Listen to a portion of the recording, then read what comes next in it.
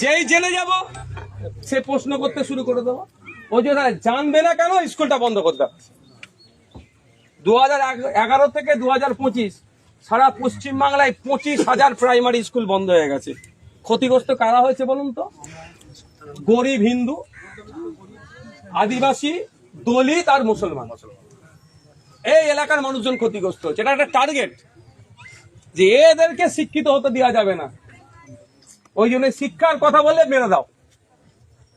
চুনি কোঠাল তাকে সুসাইড করতে বাধ্য করিয়েছিল কেন? সে লোধা সবর জাতির মানুষ, কেন গ্রাজুয়েশন পাস করবে, কেন ইউনিভার্সিটিতে যাবে, এমন টিপ্পনি কেটেছিল, সে সুসাইড করে দিল। রোহিত ভেমুলা হায়দ্রাবাদে সেন্ট্রাল ইউনিভার্সিটির ছাত্র, মানে ও দলিত, কেন অত বড় ইউনিভার্সিটিতে পড়বে, ওকে এমন টিপ্পনি কাটলো, সুসাইড করতে বাধ্য। নাজিব আহমেদ ছেলেটাকে তো গায়েব করে দিল। ও মুসলমান অত বড় জায়গায় চলে যাবে? তাহলে সেই টার্গেট দলিত, আদিবাসী, মুসলমান। এদেরকে শিক্ষিত হতে দেওয়া যাবে না, কারণ আদিবাসীদের সংবিধানে যে ক্ষমতা দিয়েছে সব আদিবাসী যদি জেনে যায়, এদের তার আদিবাসী গেলে রাজনীতি করতে পারবে না। মুসলমানদের যা সাংবিধানিক অধিকার আছে, এই মাইক খুলে নিও এইটা, সেইগুলো যদি সব মুসলমান জেনে যায়, তাহলে ভুল যেতে পারবে না। দলিতদের যে অধিকার আছে, বাবা সাহেব আম্বেদকর বারবার করেছিল, সেটা সব দলিতরা জেনে যায়, তাহলে এদেরকে নিয়ে আর নোংরামি করতে পারবে না। তাহলে কি করতে হবে? এদেরকে পড়াশোনা কমিয়ে দাও। যেটা আমি বলবো ওটাই সেটা শুনবে। আমি যে বলছি সবাই হ্যাঁ হয়ে শুনছো, ভুল বললে বলছে ভাইজান ঠিক আছে, খারাপ ভাবে অনেকে জানে না। ভুল বললে বলে ভাইজান ঠিক বলছে, মানে ভাইজান তো আমাদের ভাইজান, মানে ভাইজান ভুল বলতে পারে না, এটা এই কারণে এটা তো ভুল। ভাইজান যেটা বলছে ভেরিফাই করতে হবে, আর ভেরিফাই করতে গেলে শিক্ষার দরকার লাগবে, সেইটাই আপনাদেরকে দেওয়া হচ্ছে না।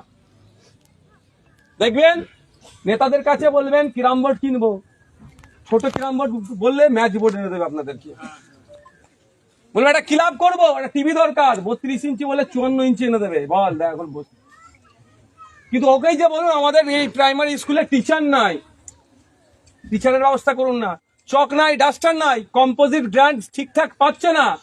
বাচ্চা ছেলে মেয়েগুলো যে টয়লেটে যায়, ছেলেরা তো তাও এদিক সেদিক চলে যেতে পারবে, আমার বাড়ির মেয়েগুলো ওই টয়লেটে দেখুন খোঁজ নিয়ে এখন দেখা যাবে হয়তো টয়লেট ঠিকঠাক নাই। এটা ঠিক করে দাও না, কথা তারা উত্তর দেবে না, বলে দেখছি।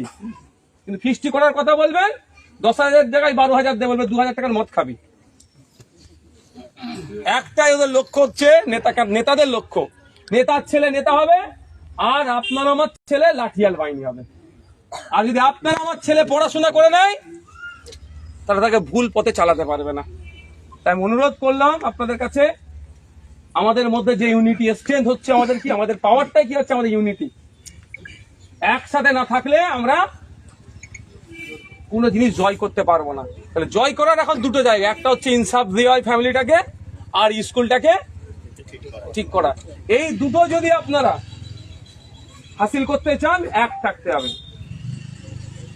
লড়াই আমাদের ওই মাঝির বিরুদ্ধে হবে, আজাদের বিরুদ্ধে হবে, কারো একজনের বিরুদ্ধে লড়াই কম হবে না। কি রাজি আছেন তো নাকি? এখানে আমার তোমার বললে হবে না, অন্যায়কারী ওরা, ওই ছেলেদের ভবিষ্যৎ ধ্বংস করতে চাইছে ওরা, আর ওদেরকে আমরা আইনের মাধ্যমে জবাব দেবো। আপনার ধন্যবাদ জানাই যে আপনারা আইন হাতে তুলে নেননি, নেওয়ারও প্রয়োজন নেই। আমি বলে গিয়েছি, যদি ওই ভাইয়ের কোনো সময় আইনের সহায়তা লাগে, এখানে তো আছে আমাদের ভাই সাহেব ছিলেন মনে হয়, আর ওর খালু ছিল, যারা মেশোনা কারা ছিল, বলেছি যদি আইনি সহায়তা লাগে আমাকে বলো, আমরা সেখানে ব্যবস্থা করবো।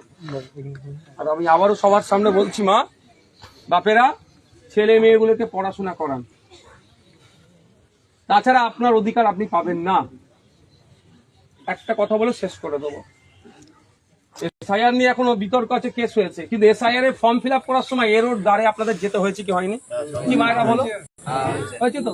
30 টাকা 50 টাকাতে ফর্ম ফিল আপ করেছো তো, তাও টেনশন, ভুল হয়েছে কি ঠিক আছে। আজ ভাবো মা, তোমার ছেলেটাকে যদি তুমি শিক্ষিত করে দিতে, বলো এটা শপথ নাও যে আমার অন্যর কাছে, অন্যের ছেলের কাছে গিয়ে আমার ফর্মটা ফিল আপ করতে হয়েছে, আমার ছেলেকে এমন শিক্ষিত করবো অন্যজন যেন আমার বাড়িতে আসে। এই শপথটা নাও মা। আর অধিকার সংবিধানে আছে, আমরা সংবিধানটা জানি না, সংবিধান জানি না, ওই জন্য চাল ডাল একটু হাতে ধরিয়ে দিচ্ছে, মনে করছি বিশাল ব্যাপার হয়ে গেছে। আর যারা দিচ্ছে তারা ছবি তুলছে, ওরা তো চাল ডালের নামে ওরা আমাদের টাকা লুটে নিচ্ছে, আমরা ধরতে পারছি না। যখনই আমরা সংবিধানটা পড়তে শিখে যাব, পড়াশোনা যখন আমরা করে নেবো, তবে সব চুরি বন্ধ হয়ে যাবে। তখন ঘরে বসে থাকবে, ওই বলে না যে মিটিং এ গেলে তারপরে তোমাকে এটা দেবো, ওটা করতে লাগবে না, ঘরে বসে থাকবে, ওরা দিয়ে বলবে বাবু আমাকে ভোটটা দিও, এটা তোমার অধিকার, আমি বুঝিয়ে দিলাম, ভোটটা দিও।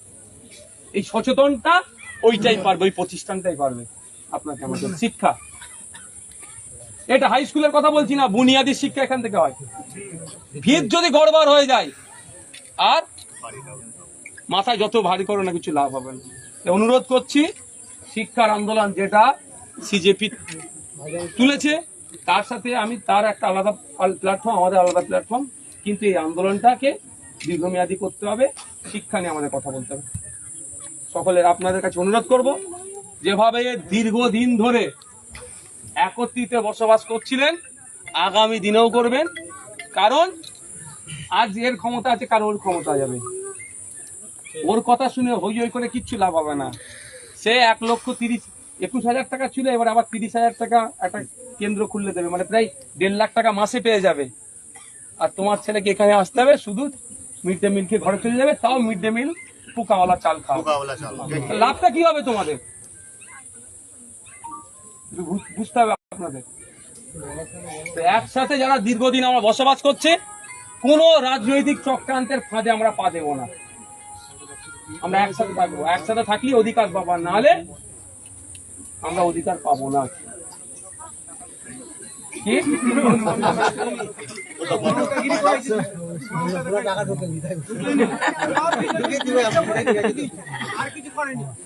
আমি তো বলেছিলাম ভাই যে সবার অ্যাকাউন্টে টাকা ঢোকানো হোক, চুরি করলে সেটা অফিসারদের চেক করা হোক।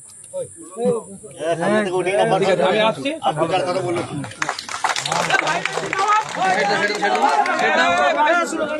আমার নামে কাউকে স্লোগান দিতে হবে না, আমি স্লোগান দিতে আসিনি। না, আমার নামে কোনো স্লোগান দিতে হবে না ভাই, না কিচ্ছু স্লোগান দিতে হবে। স্লোগান দাও আব্দুল হাফিজের নামে, ওই ছেলেটার নামে দাও, স্লোগান দাও আব্দুল হাফিজের নামে, ওর বাপের নামে। আব্দুল হাফিজ কি বললো, আমার টাকা লাগবে না, স্কুল করে দাও, ওর নামে স্লোগান দাও, ওর বাপের নামে জয়ধ্বনি দাও, লাভ হবে। সবাই দেবে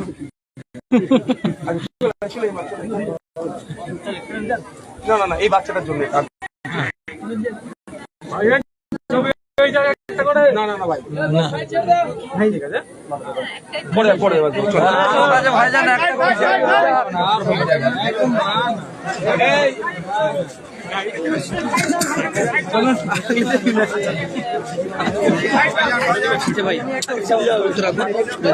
চলো চলো চলো চলো, ফাঁকা করো একটু।